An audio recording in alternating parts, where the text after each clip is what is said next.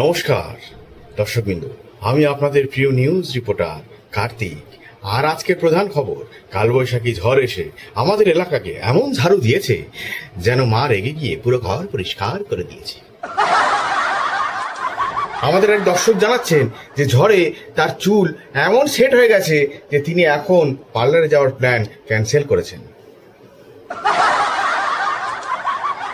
এদিকে বৃষ্টি শুরু হতেই এলাকার রাস্তাগুলো সুইমিং পুলে পরিণত হয়েছে। স্থানীয় বাচ্চারা ইতিমধ্যেই ফ্রি ওয়াটার পার্ক বলে সেখানে খেলাধুলা আরম্ভ করে দিয়েছে। না না, আমরা কেউ যাচ্ছি না।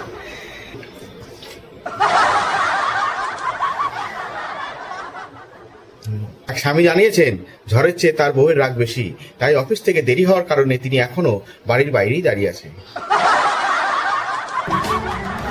এই ছিল আজকের বিশেষ প্রতিবেদন। সবাই সাবধানে থাকবেন আর ঝড়কে সিরিয়াসলি নেবেন।